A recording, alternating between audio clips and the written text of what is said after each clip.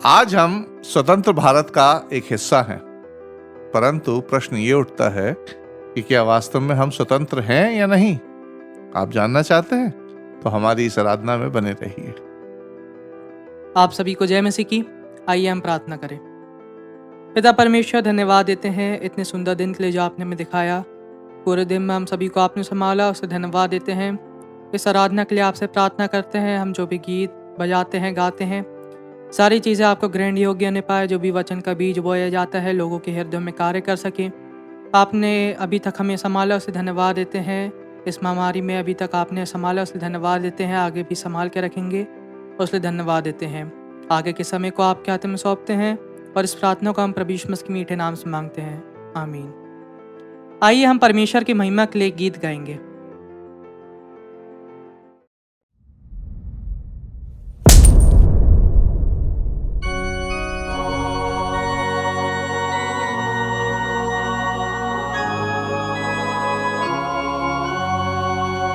पाप का बंधन तोड़ा गया, मैं आजाद हूँ, हाँ आजाद।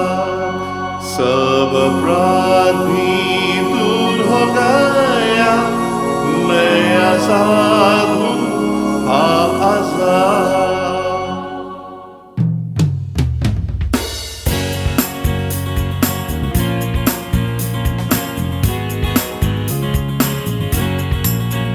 पाप का बंधन तोड़ा गया, मैं आजाद हूँ, आजाद। सब अपराध भी दूर हो गए, मैं आजाद हूँ, आजाद। हालेलुया, यीशु मुआ मेरे बदले में मुआ। हालेलुया, हालेलुया, मैं आजाद हूँ, आजाद। हालेलुया, हालेलुया, मैं आजाद हूँ, आजाद।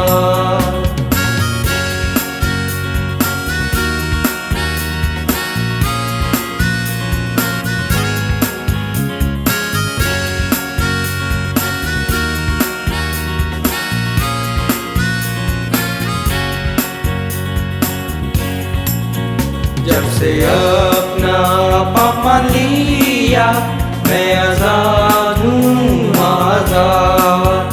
तब से दिल में आग भी आई, मैं आजाद हूँ, आजाद। हालेलुया, यीशु मुआ मेरे बदले में मुआ। हालेलुया, हालेलुया, मैं आजाद हूँ, आजाद। हालेलुया, हालेलुया, मैं आजाद हूँ, आजाद।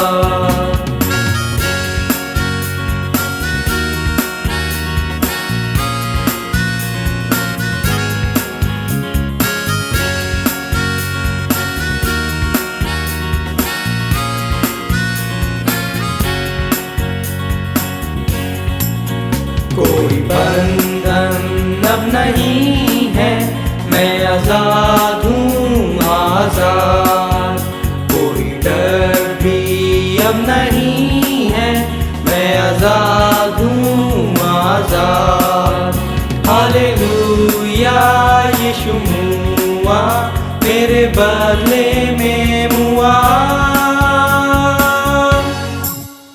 हालेलुया, हालेलुया, मैं आजाद हूँ, आजाद। हालेलुया, हालेलुया, मैं आजाद हूँ, आजाद।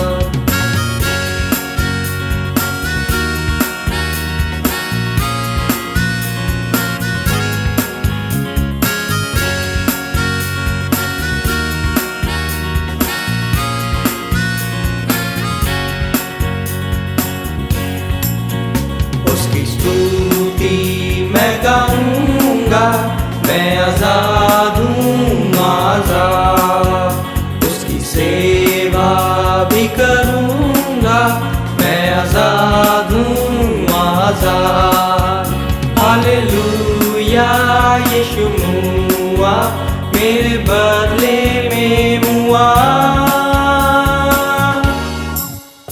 हालेलुया हालेलुया मैं आजाद हूँ आजाद। हालेलुया हालेलुया मैं आजाद हूँ आजाद।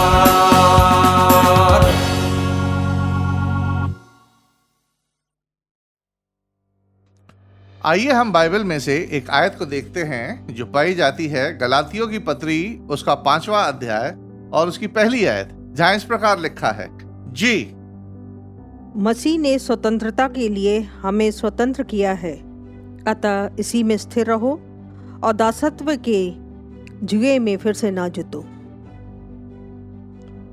हम सब 15 अगस्त के दिन को बड़े हर्षोल्लास से मनाते हैं। ऐसा शायद ही कोई भारतीय होगा जो इस दिन को खुशी से ना लेता हो, चाहे वह किसी भी धर्म का हो, किसी भी जाति का हो। प्रियो, 15 अगस्त के दिन हर भारतीय खुश क्यों ना हो। आज ही के दिन हर भारतीय को अंग्रेज की गुलामी से आजादी मिली थी। संसार का कोई भी मनुष्य हो, चाहे वह किसी भी धर्म का हो, किसी भी जाति का हो, वह अपने जीवन में स्वतंत्रता चाहता है, ना कि गुलामी। आज हम ऐसे भारत में रहते हैं जिसका लोकतंत्र पूरे संसार में सबसे बड़ा है। आज हमें उन सारी चीजों की स्वतंत्रता है जो कई देशों के लोगों के लिए एक तरीके से सपना होती हैं। जैसे किसी भी धर्म को चुनने की स्वतंत्रता, किसी से भी शादी करने की स्वतंत्रता, अपने स्वतंत्र विचारों को प्रकट करने की स्वतंत्रता, भारत में कहीं भी रहने की स्वतंत्रता आदि। हाँ, कई बार सरकारें बदलती हैं, अपने शासनकाल में कई टेम्पररी दबाव जनता पर रखती हैं, परंतु हमारा संविधान बना रहता है और हमें हर प्रकार की स्वतंत्रता का अधिकार देता है। आज भी ऐसे कई देश हैं जो भारत देश जैसी स्वतंत्रता के लिए प्रिय तरसते हैं। उदाहरण के तौर पर ले लीजिए अफगानिस्तान, चाइना, रशिया आदि। जब पौलुस ने गलातियों में लिखे गए इस कथन को कहा था पहली शताब्दी में, तब हिस्टोरियंस जो थे, तब के इतिहासकारों के अनुसार रोमन साम्राज्य की आबादी का 50 से 60% आबादी का जो हिस्सा था, जो व्यक्ति थे, वो गुलाम हुआ करते थे, बिना किसी व्यक्तिगत अधिकार के या स्वतंत्रता के। फिर भी पौलुस साफ तौर पर लिखता है कि वह स्वतंत्र किए गए। हम जानते हैं कि पहली शताब्दी में जिन गुलामों ने मसीह को ग्रहण किया था, वे बाद में भी गुलाम ही रहे।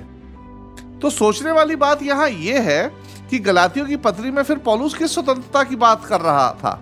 जी हां, उत्तर है व्यवस्था के सिद्धांतों से स्वतंत्रता की बात पौलुस कर रहा था। पौलुस का कहने का तात्पर्य यह है कि जो मनुष्य मसीह को ग्रहण कर लेता है, वह इस स्वतंत्रता को प्राप्त कर लेता है। प्रियो, यहां व्यवस्था जो शब्द है वो कई दफा आएगा। अब इस संदेश में मैं आपको बता दूं, जो मसीह लोग हैं वो जानते हैं कि व्यवस्था क्या है, लेकिन जो मसीह लोग नहीं हैं, मैं उनके लिए बता दे रहा हूं व्यवस्था क्या है। परमेश्वर ने अपनी चुनी हुई कौम इज़राइल को मूसा के माध्यम से कुछ नियम और रीति रिवाज दिए थे। उनको लॉ कहते हैं या व्यवस्था।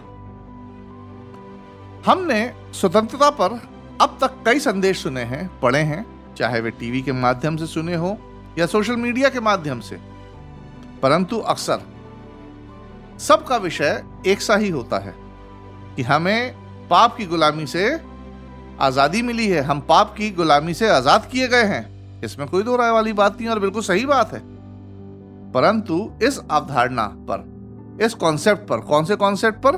व्यवस्था से स्वतंत्रता पर बहुत ही कम लोगों ने चर्चा की है और करते हैं, जबकि यह कॉन्सेप्ट प्रति एक मनुष्य के लिए, चाहे वे किसी भी धर्म का क्यों ना हो, किसी भी जाति का क्यों ना हो, यह कॉन्सेप्ट बहुत ही महत्वपूर्ण है समझने के लिए। यहां जब मैं व्यवस्था कह रहा हूं तो मेरा मतलब मानव कानून या मानव व्यवस्था से नहीं है जो हर देश अपने नागरिकों के लिए बनाता है, परंतु मेरा मतलब परमेश्वर की व्यवस्था या परमेश्वर के बनाए हुए नियम और कानूनों से है, जो परमेश्वर ने मानव जाति के लिए बनाए थे कि परमेश्वर को क्या करना है और क्या नहीं करना, जिसमें परमेश्वर के निर्देश और 10 आज्ञाएं भी शामिल थी। इस व्यवस्था के सिद्धांत के साथ समस्या यह है कि जब यह परमेश्वर के वचन के माध्यम से प्रकट हुई तो मनुष्य को शक्ति देने के, सही चाल में लाने के तथा परमेश्वर की इच्छा के अनुरूप जीने के बजाय इस व्यवस्था ने मनुष्य पर अपना विपरीत असर डाला, अपना विपरीत प्रभाव डाला।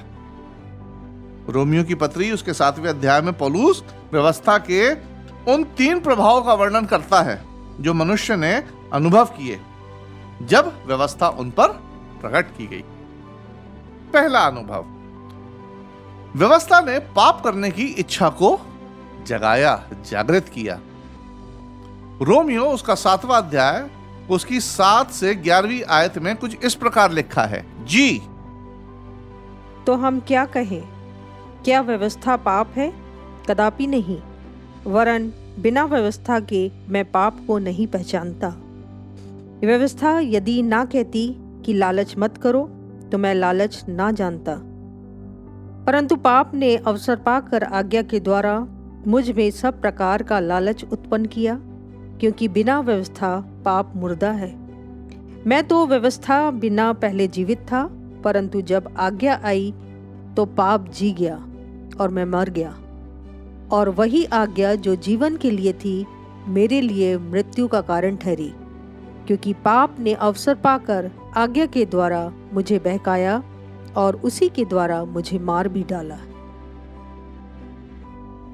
पौलुस कहता है कि व्यवस्था के ज्ञान ने वास्तव में पाप करने की तीव्र इच्छा को पैदा किया है प्रियो, क्योंकि पाप को जानने के बाद उसे करने की इच्छा बढ़ जाती है। व्यवस्था जो जीवन के लिए दी गई थी वह वास्तव में मृत्यु का कारण ठहरी। जब तक लोग ये जानते नहीं थे कि चोरी करना पाप है, तब तक चोरी उनको नहीं मालूम थी कि चोरी करना पाप है, लेकिन जब उनको यह बताया गया कि चोरी करना पाप है, तब उनकी इच्छा और जागृत हुई पाप करने के लिए। दूसरा अनुभव, व्यवस्था ने अपराध बोध, गिल्ट को उत्पन्न किया। रोमियो उसका 7वां अध्याय और उसकी 18वीं आयत कुछ इस प्रकार कहती है, जी क्योंकि मैं जानता हूँ कि मुझ में अर्थात मेरे शरीर में कोई अच्छी वस्तु वास नहीं करती। इच्छा तो मुझ में है, परंतु भले काम मुझसे बन नहीं पड़ते। पौलुस कहता है मुझ में कोई अच्छी वस्तु वास नहीं करती है। अब यहां सोचने वाली बात यह है कि यह बात पौलुस को कैसे पता चली कि उसमें कोई अच्छी वस्तु वास नहीं करती है? उसे किसने बताया? जी हां प्रियो, किसी और ने नहीं, परंतु यह बात उसे व्यवस्था ने ही बताई। व्यवस्था का ज्ञान जबरदस्त गिल्ट, अपराध बोध पैदा करता है। जब हम व्यवस्था के माध्यम से जानते हैं कि क्या सही है और फिर अपने कार्यों को सही नहीं पाते हैं व्यवस्था के हिसाब से, तो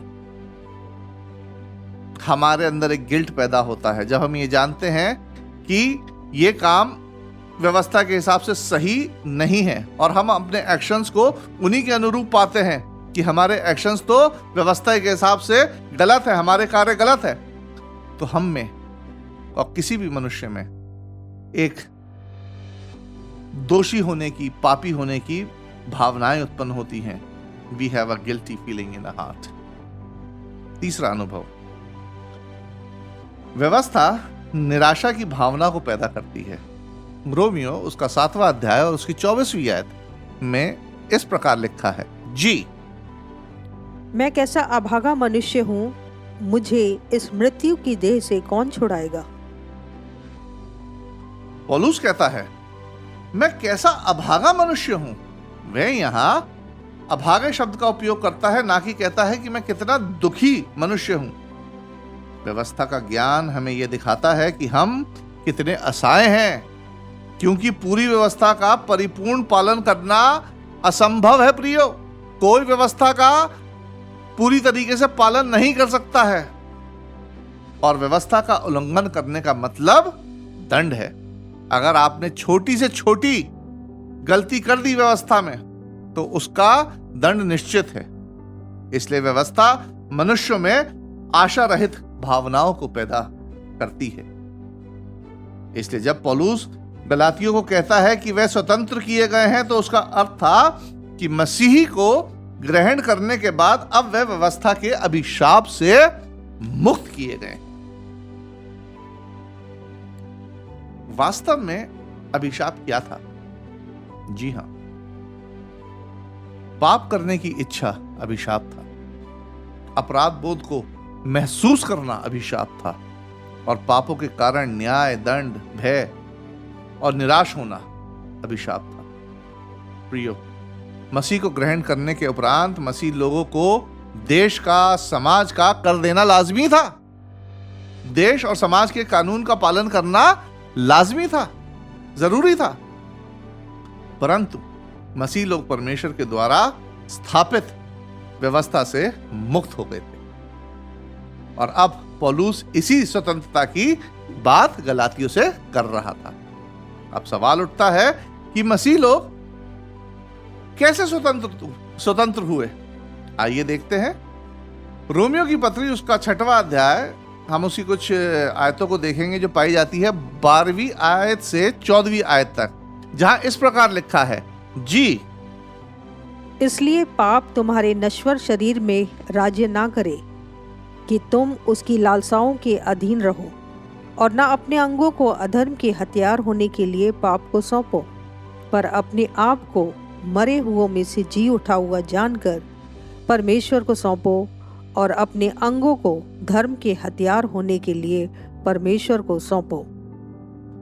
तब तुम पर पाप की प्रभुता ना होगी, क्योंकि तुम व्यवस्था के अधीन नहीं वरन अनुग्रह के अधीन हो।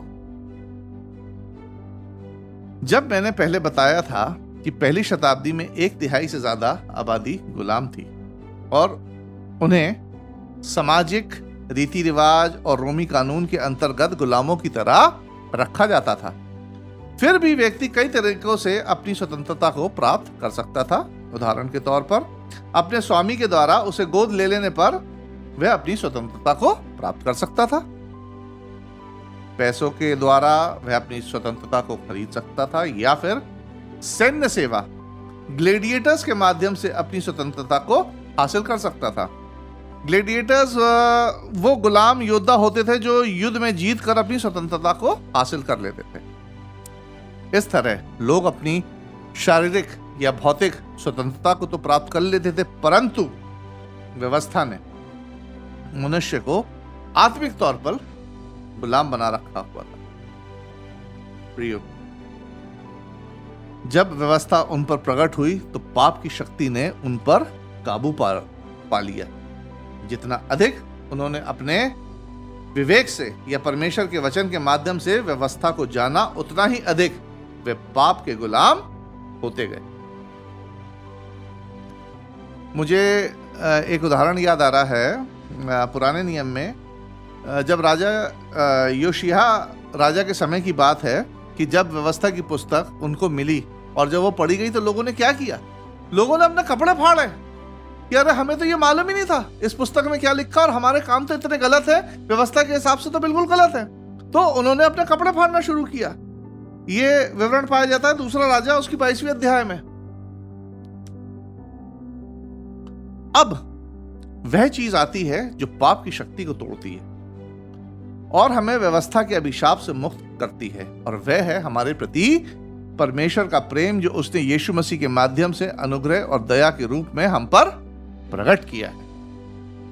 जब व्यवस्था प्रकट हुई तो पाप की शक्ति ने हम पर काबू पाया, परंतु जब परमेश्वर का अनुग्रह प्रकट हुआ तो व्यवस्था के प्रभाव और पाप की शक्ति से हम लोग मुक्त हो गए।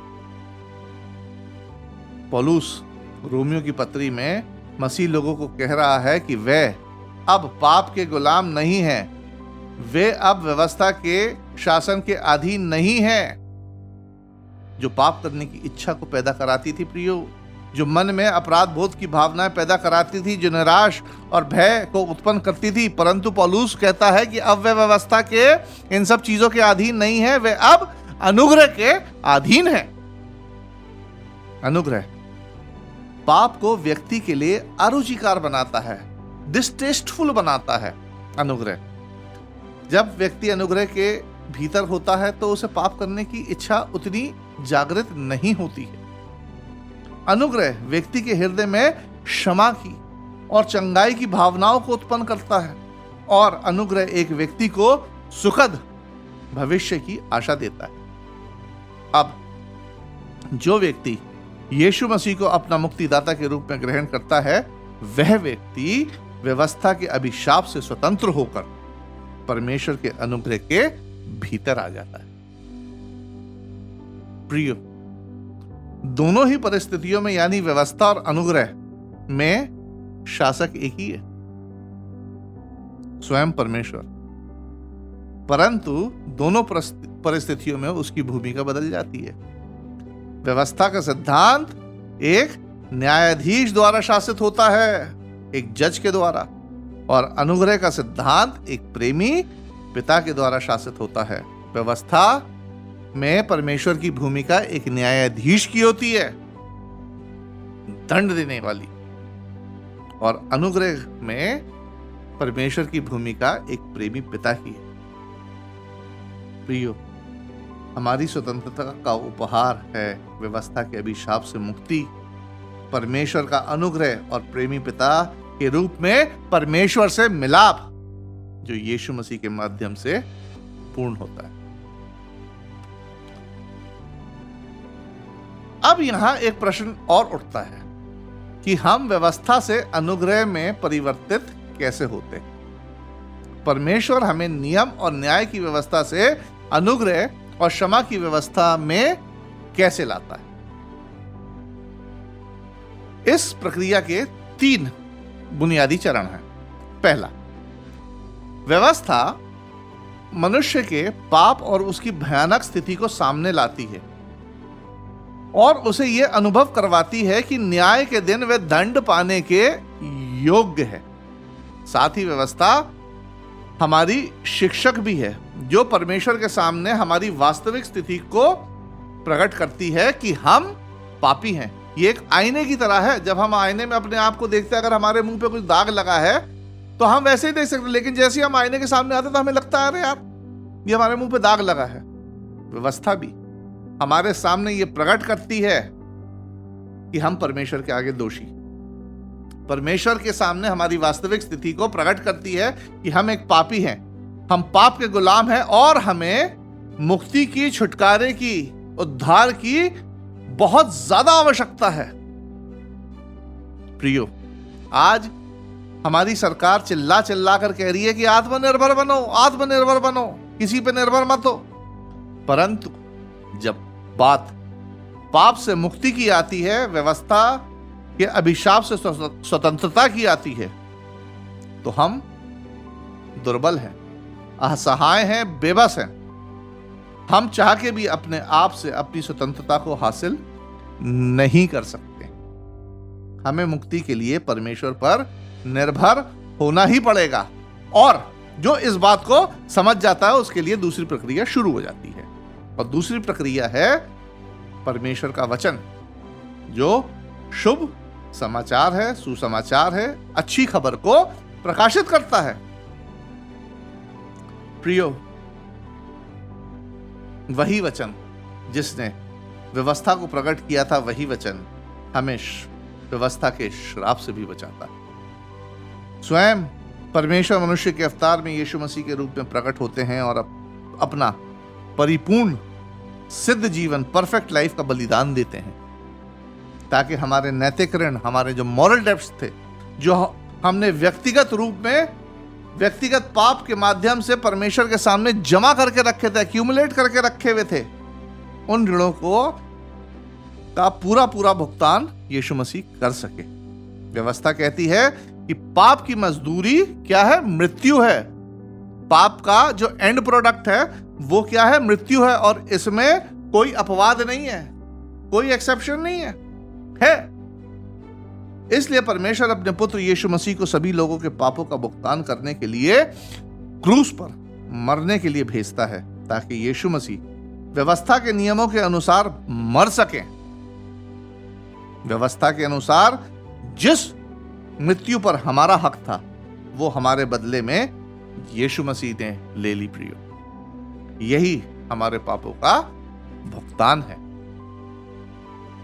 तीसरी प्रक्रिया है यीशु मसीह का पुनरुत्थान।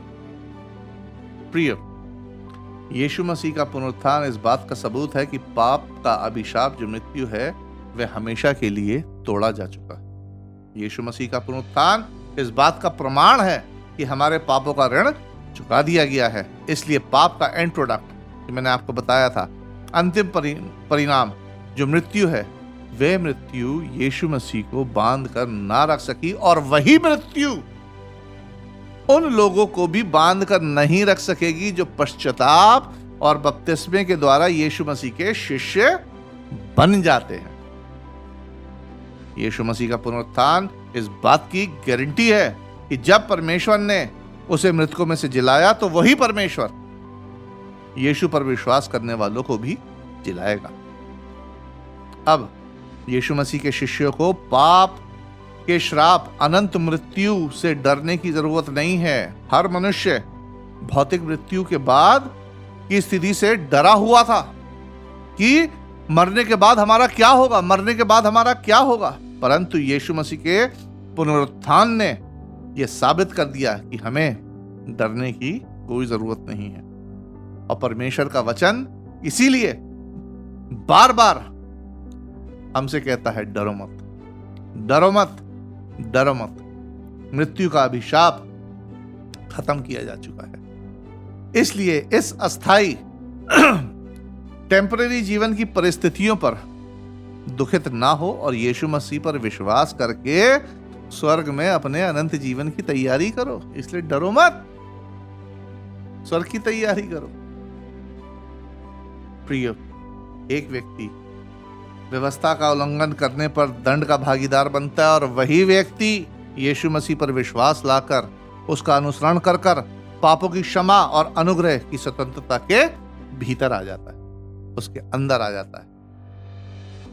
व्यवस्था हमें गुलाम बनाती है और अनुग्रह हमें स्वतंत्र करता है। अब हमारे आगे एक प्रश्न और उठता है कि मसीह में स्वतंत्रता या व्यवस्था से स्वतंत्रता का हमारे प्रतिदिन के व्यवहारिक प्रैक्टिकल जीवन में क्या अर्थ है। मसीह में स्वतंत्रता का अर्थ ये नहीं है प्रियो कि हम जो चाहे करते फिरें, या मसीह की आज्ञाओं को नजरअंदाज करके पापों के कामों में लिप्त रहें।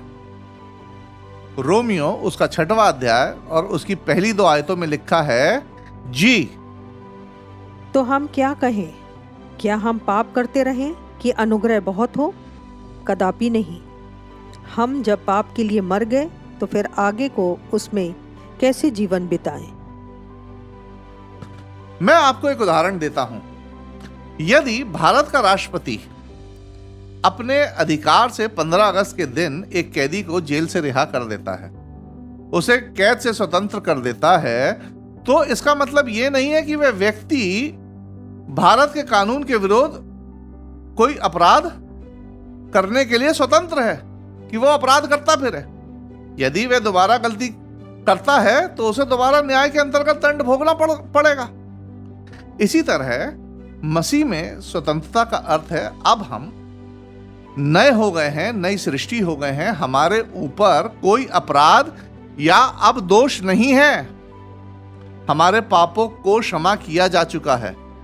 अब एक मसीह होने के नाते हम व्यवस्था की अधीनता से मुक्त हैं और कुछ व्यवहारिक चीजों का आनंद ले सकते हैं, जैसे हम पाप की शक्ति से स्वतंत्र हैं।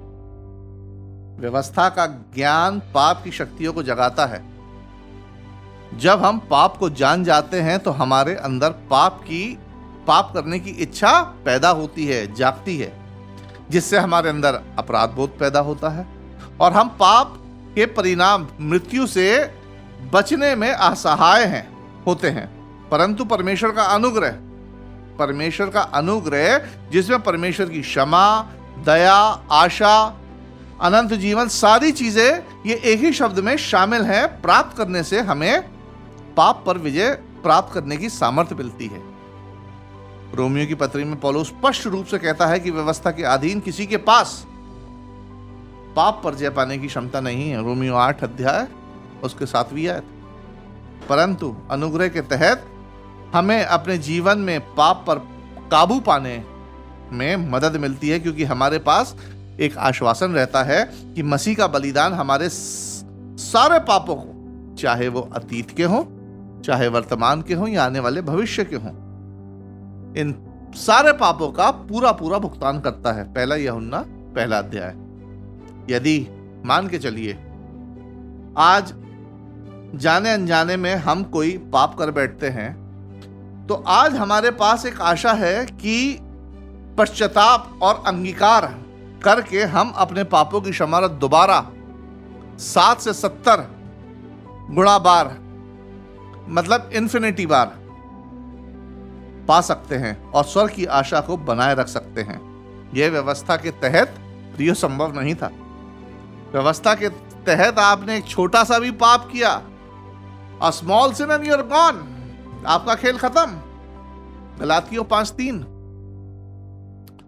अनुग्रह के तहत हमारे पास परमेश्वर के वचन का मार्गदर्शन भी रहता है प्रियो, जो हमारी मदद करता है कि हमें मसीह में एक धर्मी जीवन कैसे जीना है। व्यवस्था में जीवन नियमों का, रीति रिवाजों का गुलाम है, परंतु अनुग्रह में जीवन पवित्रीकरण और आत्मिक विकास की ओर जाता है,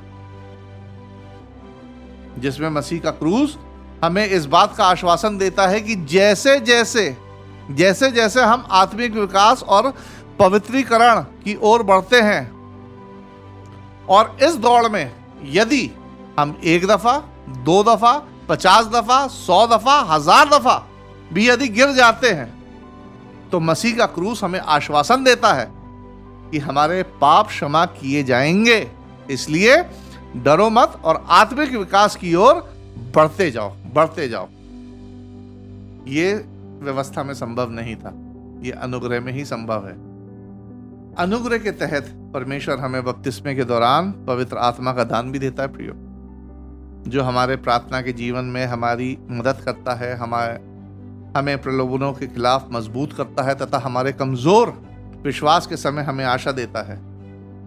प्रियो, मसीह जीवन इतवार के दिन सिर्फ चर्च आना नहीं है, परंतु प्रतिदिन उन पापों से निपटना है जो प्रलोभनों के रूप में हमारे सामने आते हैं। ये है वास्तविक मसीह जीवन। ये सारी चीजें व्यवस्था के अधीन में उपलब्ध नहीं थी, परंतु अब अनुग्रह में हमारी सहायता के लिए उपलब्ध है। यदि अगर हम गिर भी जाते हैं मसीह जीवन में और जाने अनजाने में पाप कर भी बैठते हैं, तो हमारे पास एक आश्वासन है कि हमारे पाप दोबारा क्षमा किए जाएंगे। अनुग्रह की अधीनता में हमें एक और लाभ मिलता है, और वो है दंड की निश्चितता से स्वतंत्रता। व्यवस्था न केवल हमारे पापों को प्रकट करती है, परंतु पाप के निश्चित दंड को भी उजागर करती है। इब्रानियों उसका 9वां अध्याय और उसकी 27वीं आयत में इस प्रकार लिखा है, जी और जैसे मनुष्यों के लिए एक बार मरना और उसके बाद न्याय का होना नियुक्त है। व्यवस्था बताती है कि सभी ने पाप किया है और सभी को न्याय और दंड का सामना तो करना ही पड़ेगा, ये व्यवस्था बताती है। परंतु जो मसीह में है उन पर अब दंड की आज्ञा नहीं है। रोमियो 8वां अध्याय उसकी 1 आयत, क्योंकि उनके पाप यीशु मसीह के बलिदान के द्वारा प्रियो क्षमा किए जा चुके हैं। यीशु मसीह ने पूरी व्यवस्था का परिपूर्ण तरीके से बिना चूक पालन किया था और उन्होंने कोई पाप नहीं किया था, इसलिए उन पर दंड की आज्ञा नहीं थी और इसीलिए वह पुनः जीवित हो गए थे। उन्होंने परफेक्ट जीवन जिया, कोई पाप उनमें था नहीं। जब पाप ही नहीं था तो पाप का अंतिम प्रोडक्ट क्या है? मृत्यु। तो जब उन्होंने पाप ही नहीं किया तो मृत्यु भी उन पर हावी नहीं हो सकती थी, इसीलिए वो पुनः जीवित हुए। वैसे ही हम सब ने पाप तो किया है प्रियो, परंतु हमारे पाप यीशु मसीह में क्षमा किए जाते हैं, इसलिए अब हम पर भी दंड की आज्ञा नहीं है और हम भी मृतकों में से जी उठेंगे। ये इस तरीके से है, यदि आपने एक बैंक से लोन लिया है और आप उस बैंक का लोन चुका नहीं पा रहे हैं, तो बैंक का अगर आप लोन नहीं चुकाते हैं, डिफॉल्टर होते हैं, तो आपको बैंक क्या करेगी? या तो आपका कोई चीज कब्जे में ले लेगी या फिर आपको सजा का प्रावधान है, आप जेल जा सकते हैं। परंतु अगर कोई बीच में आपका रिश्तेदार आता है और आपका ऋण चुका देता है, तो आप तो दोष मुक्त हो गए। वो ऋण आपने तो नहीं चुकाया, लेकिन आप दोष मुक्त हो गए।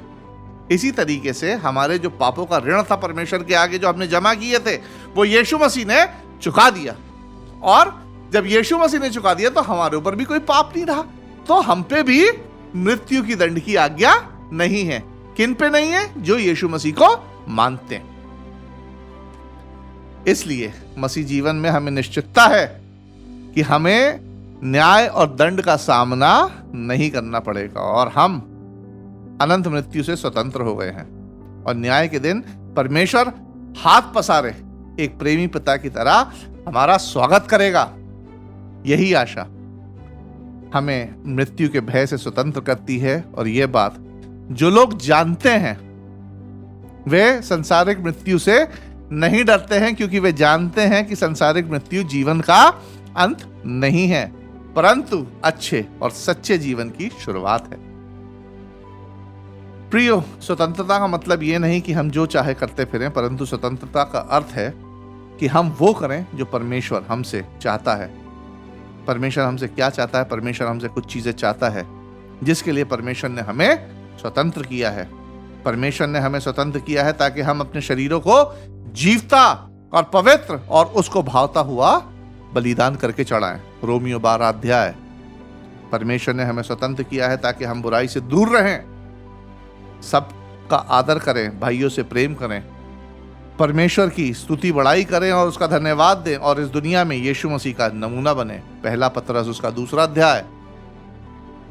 परमेश्वर ने हमें स्वतंत्र किया है ताकि हम मृत्यु से मुक्ति की अद्भुत योजना, मृत्यु से मुक्ति की अद्भुत योजना को लोगों के बीच पहुंचाएं। व्यवस्था के अभिशाप से स्वतंत्रता की कहानी और अनुग्रह के आनंद और शांति का संदेश पूरी सृष्टि में फैला दें। सरल शब्दों में कहूं, सुसमाचार प्रचार करें। मत्ती उसका 28 अध्याय, उसकी 18वीं से 20वीं आयत। प्रियो, आज इस स्वतंत्र भारत में क्या आप स्वतंत्र हैं? क्या आपने पाप की गुलामी की बेड़ियों को फेंक दिया है? क्या आप अपने दंड की निश्चितता से स्वतंत्र हैं? या फिर आज भी आप में